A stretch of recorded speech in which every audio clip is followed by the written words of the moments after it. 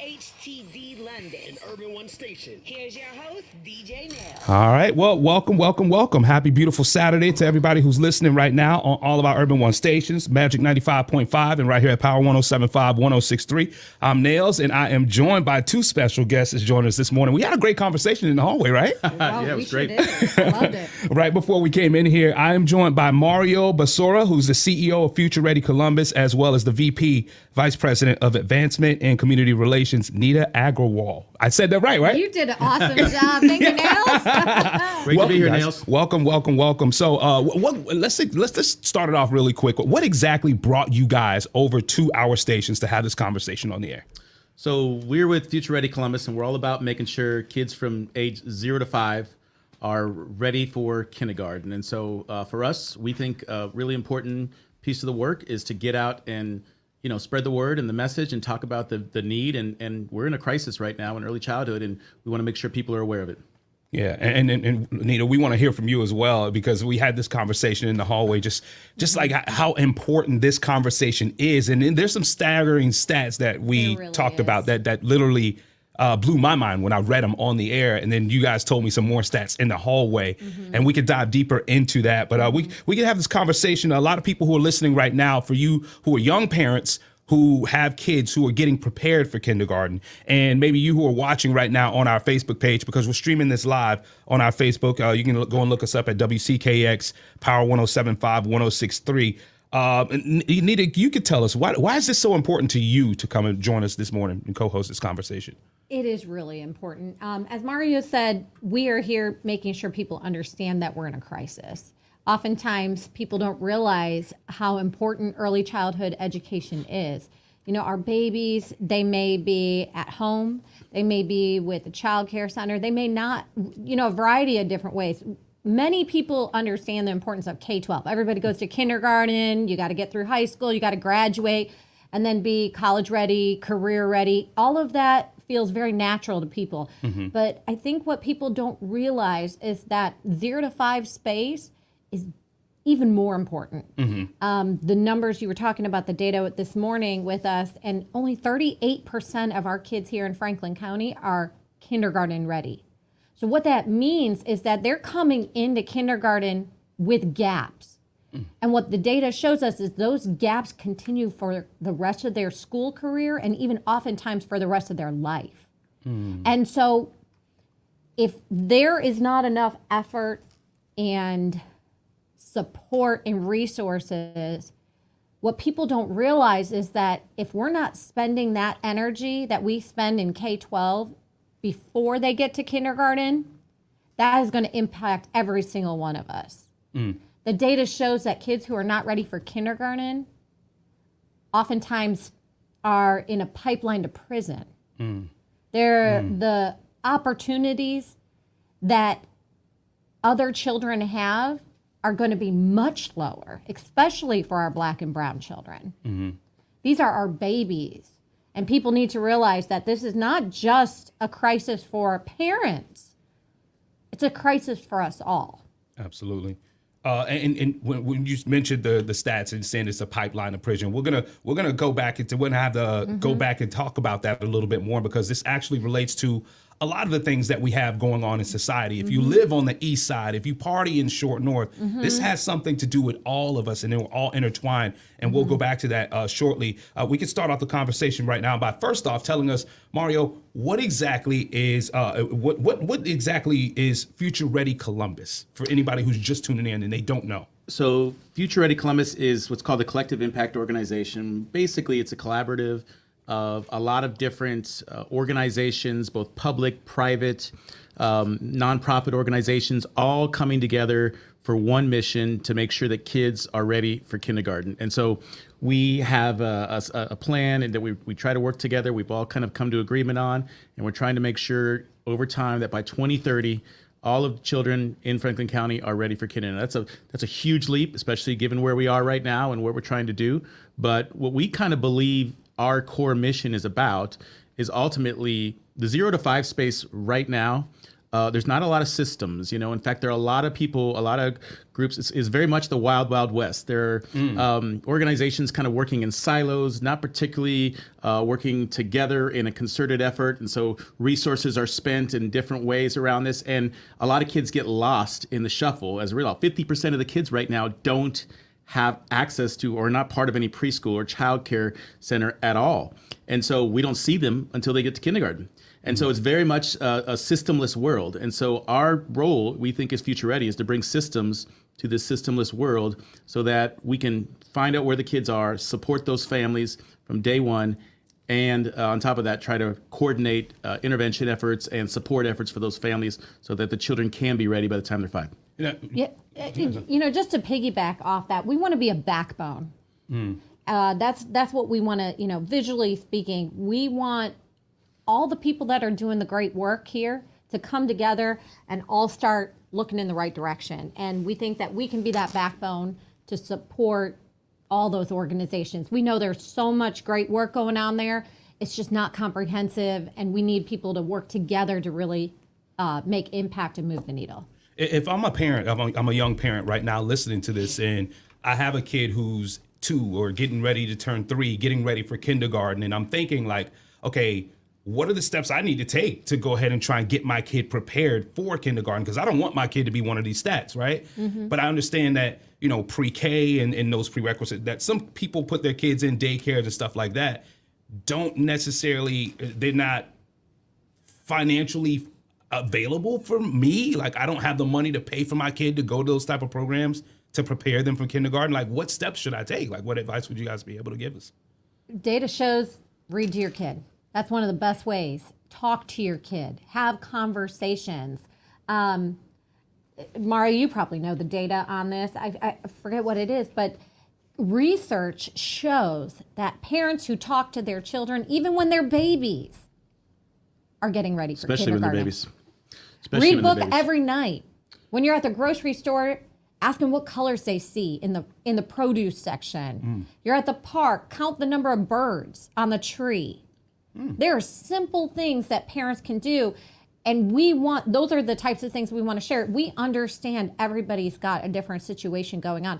Mario, do you remember what those numbers are in terms of, I know that we have that information, but it's insane to realize how many spoken words. Yeah, so Clayton Christensen wrote a book called Disrupting Class, and in it he talks about studies that show the amount of words that are spoken to children before the age of 2 and how important that it is. That kids that are from more well-off families or who end up ultimately doing well in life are spoken twice as many words, the pure quantity of words spoken to them and the vocabulary spoken to them from ages 0 to 2 as people who come from poverty who don't end up being prepared for kindergarten. So sheer number of words that we speak to kids and how we converse with them, it's hard to kind of know what's happening. But truthfully, kids in their early years are taking in so much and learning more than any other time in our life. We can't really tell because they're not quite, speaking back to us in the way that, we're having conversations, but the learning is happening at a rapid rate and the most rapid rate in our entire lives at those early years. Do you think, and I had this conversation with some of my coworkers last night, having this conversation about today's chat, right? When we're talking about preparedness for children in kindergarten, in 2023, we often see a lot of parents, like when their kids are acting up or they need them to chill or relax for a little bit, we just pull out a cell phone or an iPad and we just put it in their hands. Do you think this plays a big role? You do it too, right? Oh, yeah. But do you think this plays a role in our kids not being prepared for kindergarten in 2023 in the digital world that we're living in right now? Yeah. You want to go first? It doesn't matter. I have a comment right off the bat. I think we need to embrace technology, and I think that that's okay. Obviously, I'm going to be an advocate to say, screen time is important and the number of, shows that they watch per day and that type of stuff. But that's our life. Everybody's going at, I think we both are guilty of that, being on our phones or, you want that downtime or whatever it is. So how do there are so many apps out there that are really engaging for kids and that that will allow them to speak back. My own son last night, he's sitting on Duolingo and it's speaking to him and he's repeating it back and he's learning Spanish. And it's like, he actually asked his dad, can I get some more screen time? And he goes, always allowed. Yep, you can use Duolingo even if you maxed out your time. You know, and that was like a very real situation that just happened last night. So I think that if parents are aware of, we realize that is a reality of our world. Everybody's in a digital way. You got to embrace technology. You got to embrace, but how can we do a better job of that, preparing? So, okay, I know that if a parent sits down and watches that show on that iPad with that child and asks them questions, that's a very simple shift. Watch the show, but I'm going to ask you 3 questions. I'm going to watch that show with you. You get your downtime, and then you're also giving them a little education. And it's it's simple things like that. Mm-hmm. Yeah. I think the parent interaction piece is huge, and interacting with the technology. It's not, I feel like learning happens in different ways, right? For different people, and we're all kind of different in that way. I would say it's less about the quantity and more about the quality of time with technology. And so the apps, they're important. What kind of apps, where the kids are actually going and what they're doing. Learning it can happen in lots of different ways now. It doesn't always have to be the more traditional way we think of. But we want to find ways for parents to do these things easier within their schedule, without having to, I think a lot of times today in 2023, parents are so busy. They got a lot going on in their lives. And that certainly is a barrier to the kind of interactions that kids need, the kind of connection that they need to really learn and grow, especially at a young age. But I think finding ways to kind of be able to use our time in a way that makes sense for families is going to be really important. So I think what Neeta said, if you're in the grocery store with your baby, you're talking to them the whole time. You're having lots of conversation. You're pointing out, we're going to get 5, vegetables. Let's count 5, and then you count them out with them, and you say, well, let's take one away. That's 4. Yeah. Those kinds of conversations are really, really important. And I would say if you go to websites like Action for Children, which is a great agency and organization here in Columbus that does this work in Franklin County. You can get lots of resources there. Our website, futurereadycolumbus.org, has a lot of resources for families as well. And then that's part of our work as we go forward, we think, too, over the next several years, is bringing families in and helping support them so that, we can all work together as one village, one team to support our kids, because we can't all do it alone. And so many families are doing it alone. And so how do we help them, in terms of supporting their children and helping them grow and learn? And it's important that we let them know that as well, because we do have parents that are listening right now, and they always, just like you said, you're guilty of it, giving your kid technology, and we don't know that certain things that we just give them can hinder them, but just little steps, like you guys just mentioned, can help actually grow or massage that little brain that's developing for our kids getting ready for kindergarten. If you're just joining us right now, it's DJ Nailz here on our Urban One stations at Power 107.5, 106.3, and Magic 95.5. I'm sitting here with Mario Basora, who's the CEO of Future Ready Columbus and the Vice President of Advancement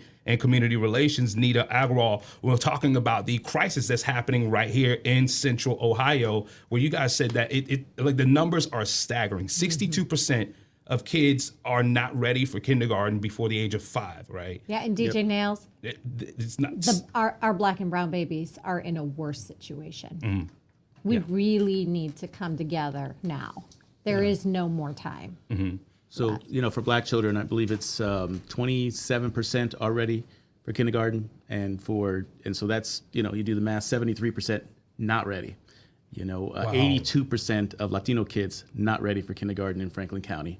So that's a crisis. And so what do we have to, first of all, recognize that there is a crisis and we need to take action to do that. But I think awareness is the key initially, and then we can kind of roll from there.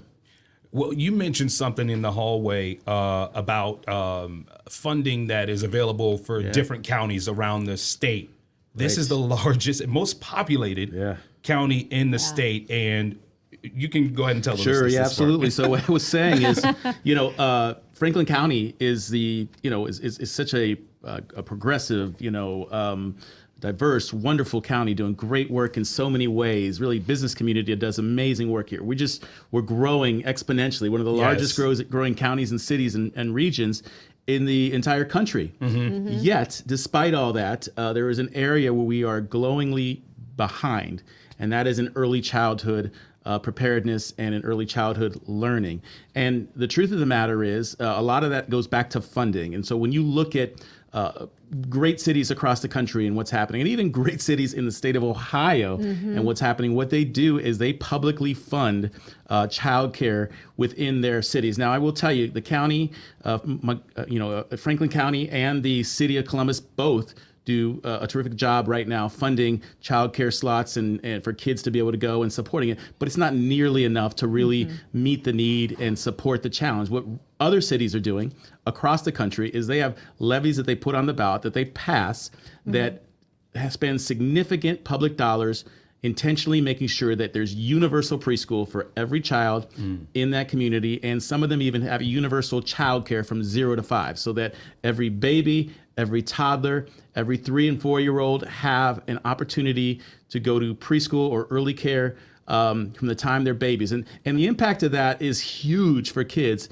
and their learning long term. But beyond that, even if you don't have children, the economic impact for our city in terms of parents being able to work at that point, in terms of job opportunities, all the capacities that these families that are and parents that are staying at home right now to do other things with their time if they'd like, to spend time at work, to be able to have all kinds of, contribute in different ways to the economy, that's a missed opportunity in a city that needs that right now, probably greater than ever any other time, especially with companies like Intel coming in. Yeah. But really, at the end of the day, all these cities, Cincinnati, Cleveland, Dayton, all have publicly funded universal childcare and preschool opportunities in their cities. But Columbus, the capital, our county does not. You know what's interesting, Nailz, is that I know quite a few people who've been trying to move to Columbus. It's a hot place to live, It's becoming the Midwest tech hub, right? Yeah, definitely. Mario mentioned Intel, but we have Amazon and Microsoft. All these people, we have a huge university, research, state-of-the-art facilities. People want to come and live here. But yet we don't have that understanding. And part of why we're here today is to bring that understanding to the public and to make sure that we start to elevate this part of education as a really critical part for a child's experience in life. I want to make this analogy that that really blew my mind. So pretend you're a small business. Okay. Or pretend that you created a new product, all right? So tell me, Nailz, when you're creating something brand new, where do you spend most of your energy, time, and money? Do you spend it at the very beginning trying to get it right? Or do you spend it at the end when it's almost done? At the beginning. Why? Because it's literally the beginning. So why? Tell me more. Yeah, I want it to actually grow into something exciting. Okay, so you are telling me that a business model, right? If you create something from scratch, if you have a new product, you spend all your time and energy and money and effort and promoting everything at the beginning because you want it to grow and you want it to be right? Yep. So tell me, why are we not doing that with kids? Bingo. How do we? That was truth right there. how do we get behind that? Like, someone who's listening right now, how do we get behind that and we force our leaders, our elected officials who make those decisions to make that funding available for Franklin County? Well, it's funny you say that. Right now, we're going through a major budget process statewide, and the state legislature has they've revised their budget and they've gone through the Senate chamber, and a lot of these dollars have been taken out of the budget for early child care. But that's a statewide challenge that we have. Countywide, I think we're really working hard on that. I've talked to several people. There's a lot of discussion about this county levy idea coming on. I think talking to your city council members here is really important, not just in Columbus, but all the other councils within the county, I think are really important. Reaching out to your county commissioners within, Franklin County is really important. We have on our board here at Future Ready, we have a real people's champion in Commissioner Erica Crowley, who's just absolutely amazing. We love her. And she is all about this work and really important. But talking to her, talking to Commissioner Boyce, talking to Commissioner O'Grady, give them a call, tell them how important early childhood is, and let them know that this is important for you, that we need our dollars to go towards that way, and that you support the idea of a levy that ultimately would go on the ballot to fund early childhood, universal early childhood care, because we understand that if we invest in early childhood from 0 to 5, that will have an impact way down the road and will solve a significant amount of our societal challenges and problems, especially when you consider that 90% of the human brain is developed by the age of 5. If we can get it right in the 0 to 5 space, I believe, and this is why I'm doing this work in my heart of hearts, I believe that if we can get it right from 0 to 5, we can transform society as we know it.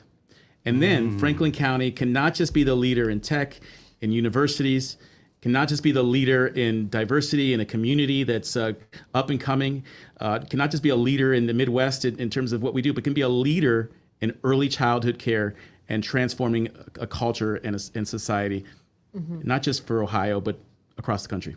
And we're going to open the phone lines for you who are listening right now. You can join in on this conversation at 614-821-1075. And we're also streaming live on our Facebook page at WCKX Power 1075 1063. I actually have a question from our Facebook page. Nicole Ewing, she asked, what would you say a child should know starting kindergarten?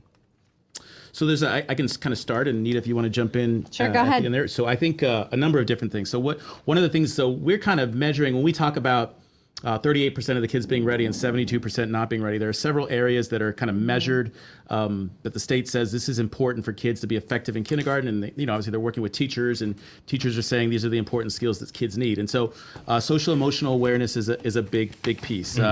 The ability to, and then reading and math are also, kids obviously don't know how to read when they enter kindergarten, at least 98% of them don't. Right. But the idea of identifying letter sounds is really important, number identification, understanding shapes, learning shapes, all those kinds of things I think are critically important for kids to come in ready to go. So when you talk about some of the social emotional skill development, it's about learning, how to sit in a chair for extended periods of time, be able to kind of dedicate how to use the bathroom, super important. Stay in line. Yeah, the ability to share with other kids, the ability to kind of stick to a task for an extended period of time, like drawing or coloring a drawing or doing something for extended periods of time. Those are the kind of tasks that are really important. And honestly, a lot of those social emotional tasks can't be developed unless they have lots of interaction with other peers their age that they can be around, which is sort of the value of that early childhood connection, preschool work with other kids, because so much learning and development happens that way. Want to add anything else? Or? I want to add another kind of perspective to this and why it's so important. So we're talking about Franklin County, right? And what we know, what we unfortunately know, that many of our Black and brown children and families in Franklin County have experienced trauma. And our early childhood centers are trauma informed. We support the staff and the centers to be credentialed and have professional development around trauma-informed care, because that type of trauma, unfortunately, these children are seeing in the 0 to 5 space. And so what our early childhood centers are able to do, because now they understand, is they are able to work with the children and a lot of the things that Mario brought up, but specifically with trauma-informed care. because we can't expect our parents and our adults who are also going through trauma to understand how to help their babies. Our early childhood centers are a place, it's not just about the learning and the alphabet and the colors, but it's how to help their soul, how to help these babies who've seen trauma regulate themselves and put them back on the right track so they can break through some of those barriers that we know exist here in Franklin County. We want to stop that hamster wheel effect, right? Parents have trauma, they have babies, they experience trauma, then they live in this cycle, right?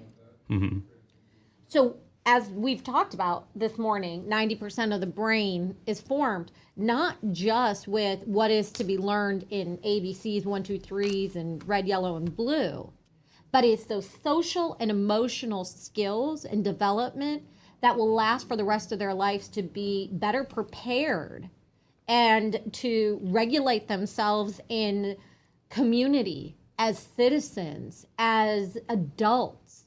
And so we are trying to really elevate early childhood space. It's not a babysitter.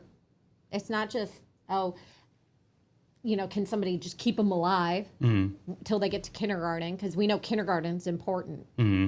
But it's really establishing high quality centers, high quality staff, high quality expectations for our kids so that kindergarten, they're ready to go. And what, I want to kind of flip the script. We've been talking a lot about the deficits. We've been talking a lot about the pain points. What happens to a child when they're not prepared? What happens to a child when they are prepared? Become an outstanding citizen. Yeah. Let's go to the phone lines really quick because we got the phones wide open at 614-821-1075. We got Sharita on the phone lines. Hi, Good morning, Sharita. Morning, Sharita. Hello, how are you? We're good. We're good. You have a question? You want to join in on the conversation? You have a question for Mario or Neeta? Not really a question, more of a just to kind of piggyback on what they're saying. I do have a background in early childhood education, and it is so important. A lot of times parents think, I don't have the money, kind of like what you all were saying earlier. I don't have the money to send my child to like a prestigious preschool or a daycare center. And it is very, very simple as just having a conversation, being in the car or on the bus or walking down in the neighborhood, looking at the stop sign saying, what are those letters? What does that word say? What letter is that? Just different things like that is more important than parents even realize. And just like when it's time to fold the laundry, matching the socks. Can you hand mommy the blue sock? Can you hand daddy the black sock? Where's the red? I mean, just basic things like that. Another program, I tuned in a little late, so I'm not sure if you all mentioned this program or not, but Help Me Grow is an amazing program that starts with pregnancy all the way up, and they stay with you until the child is 3 years old. It's a voluntary service. It's a free service. If you qualify for Medicaid or WIC or SNAP benefits, you can qualify for the program. And it's not just teaching the child, but it's also teaching the parent and bonding with the parent so that they can have the tools that they need to be a successful parent and in turn make another successful adult. Can I appreciate everything you're sharing. I wholeheartedly agree. It made me think of a couple different things. So Help Me Grow is amazing. Early Head Starts, Spark. There's a ton of really great programming out there. Unfortunately, the challenge that we're seeing is that there's just a lot of siloed work happening. That's really great work, but we need to bring that together in a way that we can all kind of work together and then hopefully expand these services. Because as much as there are this great programming that's out there, there's not enough to even come close to supporting the need that is within our community here. I want to kind of what you said something that really kind of echoed with me, that which is one of the challenges right now that we haven't shared, and I really think I need to because it's a key issue, is that in early childhood right now, the funding issue is a real problem. And so there are there are wait lists right now for a lot of child care centers right now where families want to get in there. They're interested in doing it, but honestly, that these centers have long wait lists. And some of these centers that have long wait lists have this physical space to add classrooms. And they have empty classrooms right now. And the reason they do is because they're having a terrible time trying to hire staff to be able to fill those classrooms. And then the question is why? Why are they having a hard time hiring staff? Well, part of the issue is the funding for early childhood is so low. We don't put the dollars and investment into that we put into the K-12 world. And so we cannot pay them at the rate, at a competitive wage that they can get paid in other professions or doing additional work. In fact, most early childhood workers or teachers are making wages at the poverty line or even just above the poverty line. And they're doing it because they absolutely love kids and they believe in the work. Obviously not for the money in any way, shape, or form. And so we have to find a way to elevate the profession, and how much we pay people is really important, and value early childhood educators because they are the key to this work happening. And so, so that's a huge problem, is that we have long wait lists. We have parents that are interested.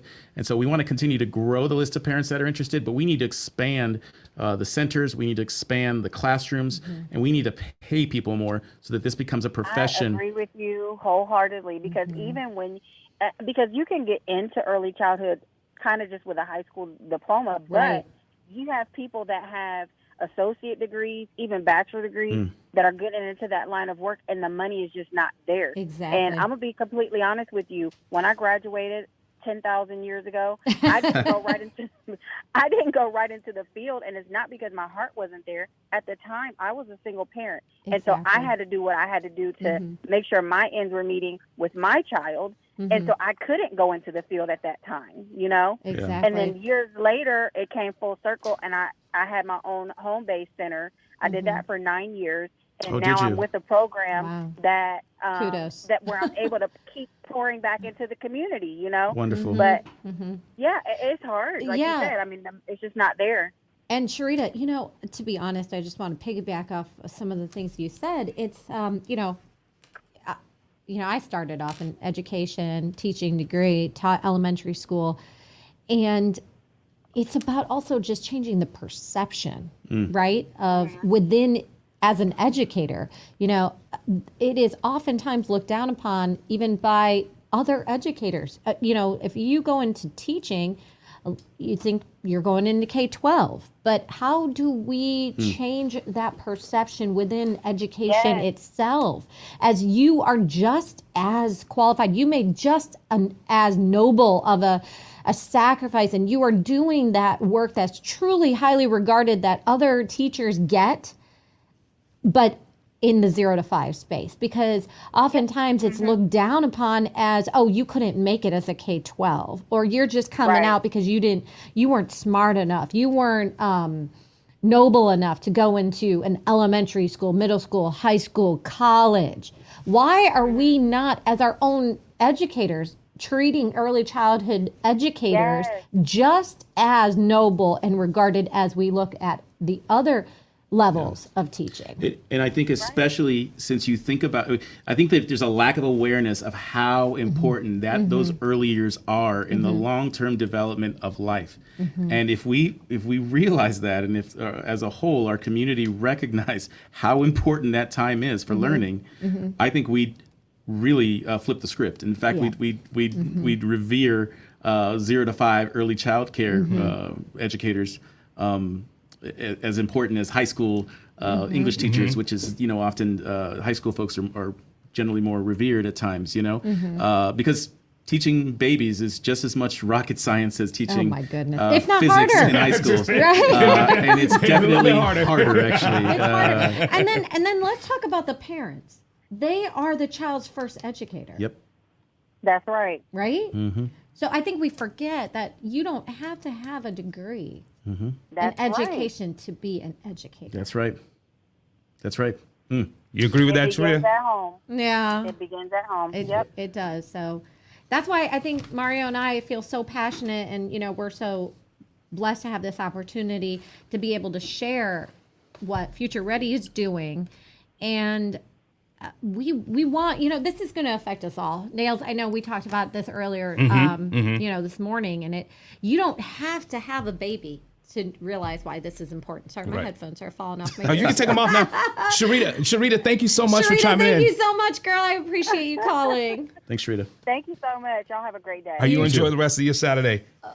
In this conversation that we were talking about, you said there were some things that you said in the hallway that, I mean, let's talk about it now. Yeah. You know, the Sure. disparities that we're seeing with kids getting ready for kindergarten, like this affects everybody in the community. From the people who party at Short North. I was just down there last night. That's what, right? But I think I let's go back to that moment this morning when I asked you, I said, well, where were you last night? And you're like, I was hanging out in the Short North. And I said, this affects you. And I think you kind of even stepped back a little. Yeah, I was like, how? Wait, how? Wait, can you tell me why that, like, let's talk through that. Yeah. So I said, when she said, this affects you, you partied in Short North last night. I was like, yeah, I did. I go shopping and grocery shopping, wherever I go grocery shopping or wherever I hang out at, this affects us in our community because this is, like you said, a pipeline to prison as well. When you talk about education and kids who are not prepared for kindergarten with behavior and everything in between, these are I can't even say it right. These are citizens who will eventually finish high school or drop out of high school or drop out of school in general. And they're living in our communities as well. If everybody who's prepared, it's like one of the what's that? All tides rise, like all the boats. A rising tide lifts all boats. Exactly, that's it. That was too early for I me. wish we could take that over again. Well, Nailz, here's what I'll tell you. I mean, so what we know is that the gaps that exist at 5 years old, when kids enter kindergarten, are the same gaps that exist when kids graduate from high school. Yeah. And they're the same gaps that exist at 30 years old and 40 years old and beyond. And so if we're serious about equity, if we're serious about ending racism, if we're serious about ending institutional racism and some of the challenges that really pervade society and continue to hurt our country and our culture, then we got to be serious about where those challenges and where those issues stem. And the truth of the matter is those gaps, those racial and economic gaps, exist at 5 years old when kids enter kindergarten, and they just persist throughout life. And so if we're going to do something about this problem, if we're really going to attack it, which I feel like that has been my life's work in education, I think we have to get serious and double, triple, quadruple down on early childhood and start putting our money where our mouth is there and really try to make a difference in the lives of kids, young kids. Because if we can't do that, I don't believe we're going to, that to me is the key, the linchpin of making the change we want to see.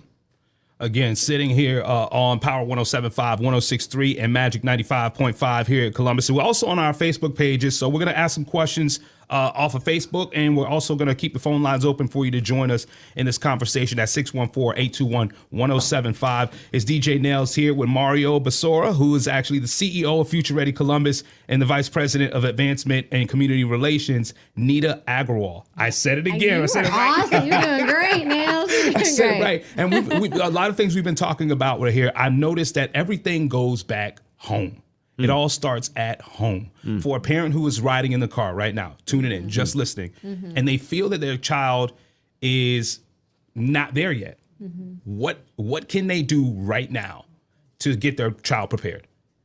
So that's a really good question. I honestly think, there are a lot of there's a lot of resources online that they can turn to. So what I would say is if they do go to our website, futurereadycolumbus.org, they can reach out to us and we can certainly connect them with all the resources that are available. And there are a ton of resources available. The biggest challenge right now, Nailz, is there's so many and it's a time issue, right? Families have, everybody wants to do the best thing they can to help their kids be successful. There are challenges, there are barriers that get in the way of really doing everything they want to do. Like, how many phone calls do I got to make to really get my family and my child what they need? And then how many meetings do I have to have? Where do I have to go? Meanwhile, by the way, I'm working 2 jobs, trying to get my kids to the right places, do all these things. How am I supposed to do everything I need to do? That is a major, major barrier. I think we fail to recognize the barrier that time plays in this issue. So We believe that, so I think going to those, I'm trying to answer the question instead of going off on a tangent, because I can very easily go off on a tangent on this one. But basically, I think at the end of the day, we believe that if you go to the website and you check it out, you can get our information. There's the Help Me Grow, which was mentioned before. There's a organization called, obviously Head Start, Early Head Start. Yeah. All these have kind of websites and connections you can get. They have resources on all of these pages, action for children, tips for and tricks for working with young children. We have our Bright by Text work, right? We didn't even mention that. Do you want to put the Bright by Text plug in? Or? Yeah, I mean, either one of us. But Bright by Text, what we realize, and let's go back to that busyness of parents, and what do I do? Like we mentioned some things. If you're just tuning in now, some of the easiest things that you can do is read to your child, talk to your child, sing to your child, ask them questions. Language is learning, right? It's just talking and asking questions. Point out food items at the grocery store. What Sharita said, when you're doing the laundry, ask them about the colors, ask them about find me the matching sock, whatever it is. But we partner with Bright by Text, and you can get that information off our webpage. And what Bright by Text is, it's a free texting service. It's not like a sales, nothing, but it's all educationally based by your child's age. So you enter it, you put your cell phone number, and you put your kid's birthday, and they will text you. And it comes right to your phone. So when you are busy, you are in the car, you're at the grocery store, you're, whatever, sitting there, and you see it on your phone, they will give you tips and tricks based on your child's age of what you can do that's age appropriate, that is setting your kid up for success. That's cool. It's like a no-brainer because we get it. If it comes to my phone, oftentimes you're like, go to a website, go check it out. We forget. We don't have time for that. So Bright by Text puts that together, and they'll just push out these little reminders in a text message. It's free.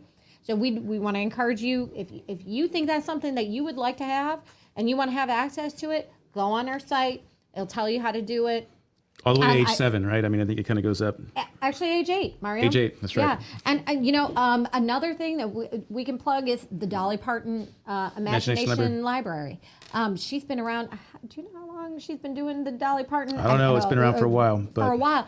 And all you have to do is, again, information's on our site. Dolly Parton's Imagination Library will send you a book a month until your child is 5 years old to create your free. own. Yeah. They're free? Yes. Just free. send it to you. Every month. Every month to your house. Kid's 5 years old. Wow. So theoretically, if you start at birth, you could get 60 books. 60 a whole books. library for your kids by the time they're 5. They're not like those cheapy ones. No, they're they're great like books. the good books. And they really, I think, try to focus on diversity in some of their books and really try to, it's important, in our opinion, that the kids see their face in those books and in the text. So, Representation matters. Representation matters. Let's go back over to the phone lines really quick. We have another person who has a question for you guys. It's 614-821-1075. Again, 614-821-1075. Is this Tashara? Am I saying your name right? Tashara? That's it. Thank you. Good morning. I said it right. All right, you're doing awesome, Nailz. Morning, Tashara. Good morning. So I just wanted to respond about parents. My kids, I'm a center director, been in the field for 14 years. And my kids, we grew up kindergarten kids. And I feel like the early education piece helps so much, especially for us who are working parents, who don't have 2 and 3 hours to actually give into our kids, the early ed. One thing that I've learned, though, is that parents always want to do stuff for their kids. So instead of when I talk to kids everywhere I go, I can be in Walmart, Rose's, Kroger, it doesn't matter. If I see a child, I'm going to talk to them.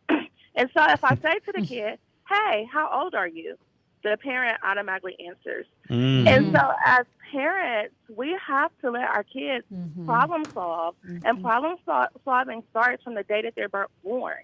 Like, can you wait to get your binky? Can you wait 5 minutes till your bottle is warmed up? All the way to the fact, okay, it's dinner time. Now you have to wait for your food to cool off. Or can you wait while I help Johnny over here? And so a lot of times as parents, we're so quick to answer the question or solve the problem. Our kids aren't learning to solve problems. And so that leads into so many other areas with not being patient, not wanting to waste your turn. And then we get into kindergarten, and they don't know how to solve problems. They're not ready to do anything. Exactly. So when teachers ask, now we got these temper tantrums because the kids don't want to do it. And they're like, oh, well, my teacher always did it for me. My parent always did it for me, or grandma, whoever. And so they're not able to problem solve. And then the other thing is, I want to say, I don't know if you mentioned it or not about the RISE program. Oh, yes. But the RISE program will definitely help those parents that are unable to qualify for other subsidies.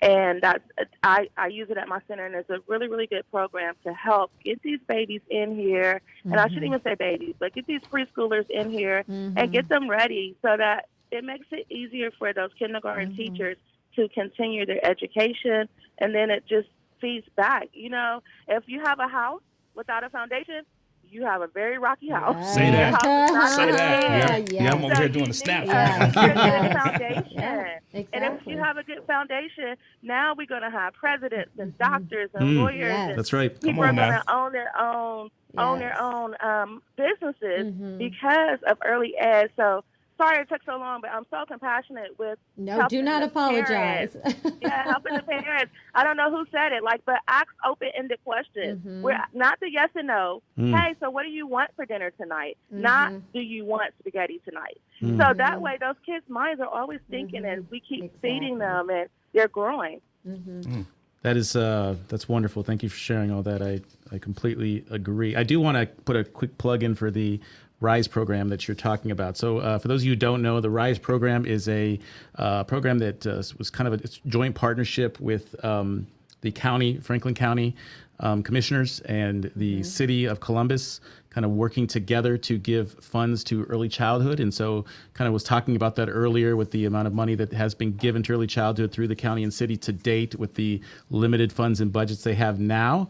But they are doing what they can to support that. And so what RISE does is there are kind of three pieces to this. They support families by offsetting some of the costs for the child care. They support child care centers themselves and educators and the educators in that are in the child care centers as well to support them. And so there's funds that kind of go to all three sources, and lots of providers have been, taking advantage of it, I think, and parents as well over the years. And so the county, I've had lots of conversations with county officials on it. They're continuing, I think, the RISE work, and it's gonna kind of, I think, continue into the future as we go into future years, as I understand it. So I'm excited about that. But again, our hope and our goal is to take the inspiring things that have happened with RISE and quadruple down on it, and let's get an actual levy passed that makes sure that the RISE funding that goes to a few kids because of the limited budget that it can go to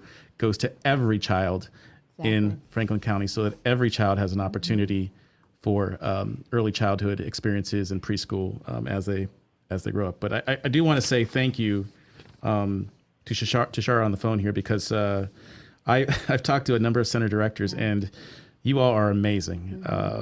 I've not seen, these are the greatest people on the planet. I'm telling you right now, they work tirelessly, 60, 70 hours a week, Monday through Saturday, all day in these centers. And they are they are the backbone of this work. We would be, as tough of a situation as we are in our county with 38%, we would be in so much worse shape right now if it weren't for the work they're doing right now every single day. People like Tashara. So thank you, Tashara, and to other folks welcome. like you. I want to say shout out to Future Ready too. I love y'all so much. This for the vision, it's huge.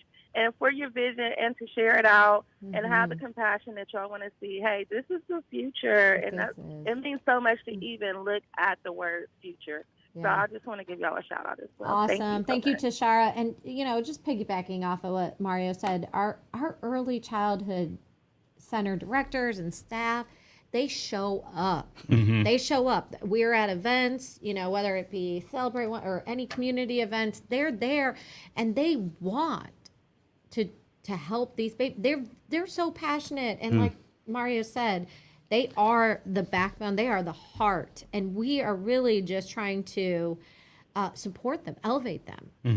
Bring the early childhood space to a regarded level as much as elementary, middle, high school, college, career, all of that. We need to work together. You know, there are so many organizations and partners that I think sometimes it's parents just don't know what to do. And it becomes overwhelming. And I think that's one of our goals is to almost be like a concierge in this space. Yeah.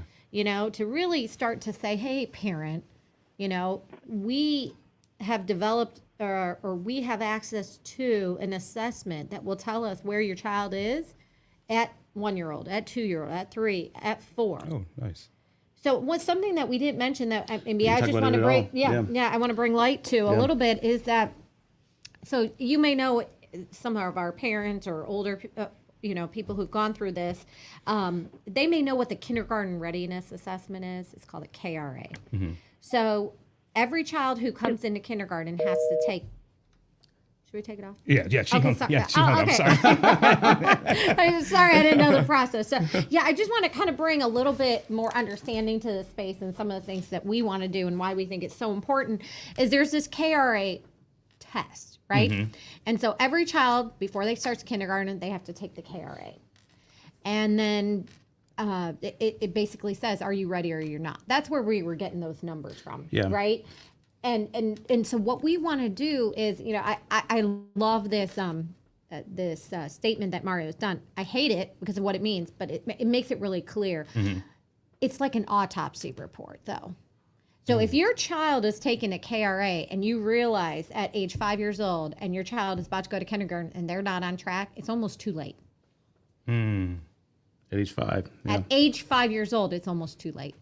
We go back, 90% of the brain is developed before 5. When you start kindergarten and on that KRA test, it tells you you're not ready, it's pretty much too late. So what we're trying to do, and maybe Mario, you want to go into that? Yeah, I can talk about that real quick if I can. Yeah.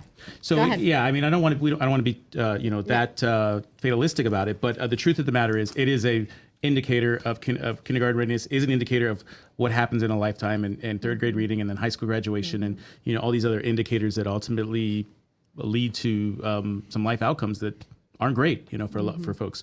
So, but here's the silver lining and the positive, I think, of all of this is we want to bring visibility to this issue in more ways than one. And so I think what we're doing now is great, but a big part of our work is going to be creating systems where systems don't exist. And essentially, these systems are going to be set up so that we have small communities within each neighborhood, within each block, within each street of every community within Franklin County, where essentially we're going to go out and find families, find kids, and support them through this work. So we want to assess every child in Franklin County, give them a learning checkup at age from age 0 all the way to age 5, see how they're doing on that learning checkup, and then figure out where the gaps are, where they're behind, where they're ahead, and then try to give them supports to help them improve and grow in those areas that they're behind in, so that they can be ready by kindergarten. And so to do that, we're going to have a lot of community health workers exist within the community. We're going to call them like a navigator, but basically the idea is one single point of contact per family. One. Not 5 agencies, 6, 7 people we're talking to. One single point of contact per family that will help administer the assessment, build a relationship with the family, give them supports, schedule all of the support that the families need with the family, work side by side with them to help make sure that their child's needs are being met so that they are ready. And then over time, if a child's behind, we will continue to assess and do checkups to make sure they're growing and getting better from a learning perspective.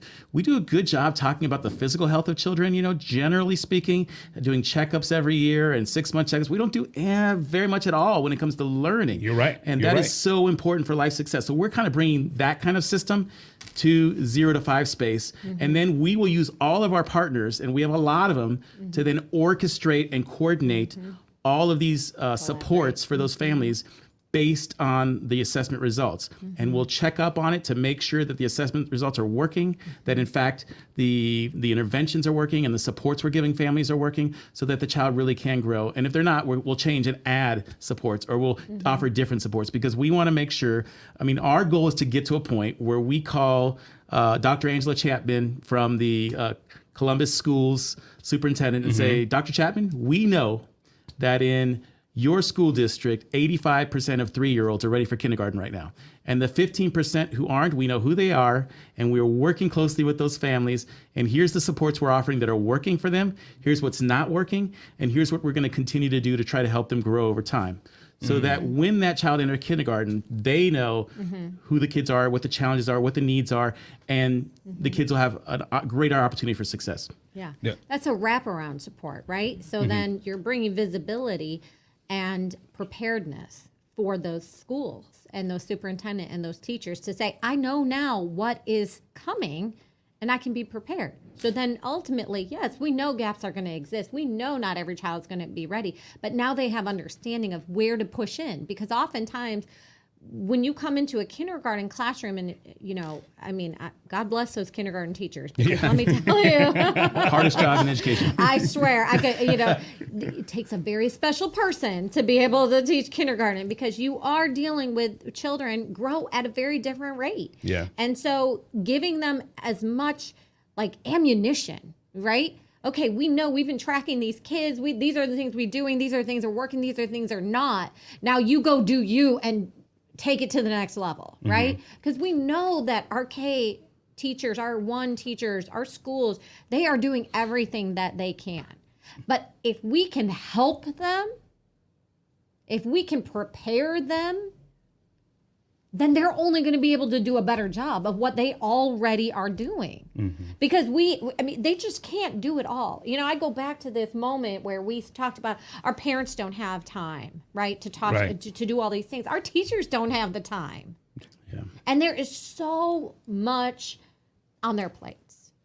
Our teachers are charged now to do so much. Whether it be the academics and the graduation, but the social, emotional, and the trauma, we need to help them do a better job of what they are already doing, and just give them that love, that support. And it starts with things like that, creating the structures and the data and the assessment. So we know exactly what we can do, what we have been doing, and then they can go and take it from there. And we've had a great conversation about this, and I think we've let them know, like, listen, this is a crisis happening in not just our community, but in our neighborhoods, right, in our streets. For anyone who's just tuning in, we got like 3 minutes left. I just want them to get these tools from you guys. What website? Anyone who's having this problem right now, or they're thinking maybe my kid isn't prepared, or maybe my kid, I want to get my kid prepared. I want you to give them you guys' information first, and then I'm going to ask you guys the other organizations that are also helping as well. Yeah, so you can reach out to me. My name is Mario Basora. I am the CEO here at Future Ready Columbus. And I think Neeta probably should give her name too. Our contact information, you can reach out to us get all of our information through our website at futurereadycolumbus.org. And Neeta, you want to introduce yourself? You already introduced yourself, but yeah, absolutely. My contact info is actually all over the webpage. So if you go there, you can get directly, because I'm kind of the point person on the webpage specifically. But you can learn more about us, and please go there, reach out. We want to help one family at a time, as Mario said, one block at a time, one neighborhood at a time, because we got to start doing this work. And that's how to reach us. Yeah, in terms of getting extra support and help, I think beyond Future Ready, I think if you, we didn't even mention this, but talking to your pediatrician, super important. Getting in there and getting support and asking for help and support around that. HelpMeGrow.org, great organizations. The Spark program, we did not even. The Spark program, we did mention it once. I'd mentioned it one time. Good. The Ages and Stages questionnaire is actually something you could easily access yourself. If between now and the time Future Ready is really ready to do some of these checkups, if you really want to know where your child is right now, you can do the Ages and Stages questionnaire, which is available at the HelpMeGrow.org website, and check to see yourself where your child is in terms of their readiness for kindergarten right now. Spark, you just mentioned CML, the Columbus Metro Library. They have Ready for Kindergarten programming. They're great partners with us. They have classes, story time, all free, aimed at getting kids ready. And again, all the programming is free. So a couple other organizations. Action for Children is the child care resource and referral agency for the area, so they can help with all kinds of needs with child care referrals. And then Celebrate One. So the ABC's A Safe Sleep. They are an organization that works in the prenatal to, I think, 1 space. And so that's all of their work, and really great a group to connect with as well. So lots of folks out there. I think I want to, special call Radio 1. You guys are great. We appreciate the Columbus Urban League, the Equity Now Coalition. We appreciate all your support and help with this work that we're doing. Yeah, we know that you guys took some time out to give us this space, and I just think, we want to thank you all, especially to everybody he mentioned, everybody else. It's going to take a village. Definitely. And we're here to support you and love you and give all that energy to this space, but we also just want to thank you, appreciate for you to allow us to come here and share this important. And let me just have one more final comment I want to make. I just want to say we appreciate your time and everything you all have done, and I want folks to know that Future Ready is here. We are committed to this work, and you're going to hear a lot more from us. Good. And as we get going with this, creating this infrastructure and this system, we need families to engage. So look for us, hear about us. When we come knocking on your door and come talking to you and asking you to participate and be part of this work, we just need you to say yes and jump in and support us and support the families of this community as we get this most important work done of ensuring that every child is ready. I just want to tell you guys, thank you so much for taking time and coming and get on the air with me on a Saturday morning. Absolutely. And I love that you guys are as passionate about our babies as we are in our community. So absolutely. So thank you guys so much. Again, you guys can go to the website futurereadycolumbus.com to get all their information and get the tools to help your kid get ready for kindergarten. Thank you guys so much. Thank you. And enjoy the rest of your Saturday. It's Power 107.5, 106.3, Magic 95.5, our Urban One stations. Let's get back to the music. Transmitting live from the Town and Country Chiropractic Studios. If you've been in a car accident, call Dr. Nazreen Khan, DC at 614-238-1111. Or WCKS Columbus, WHTD London. An Urban One station.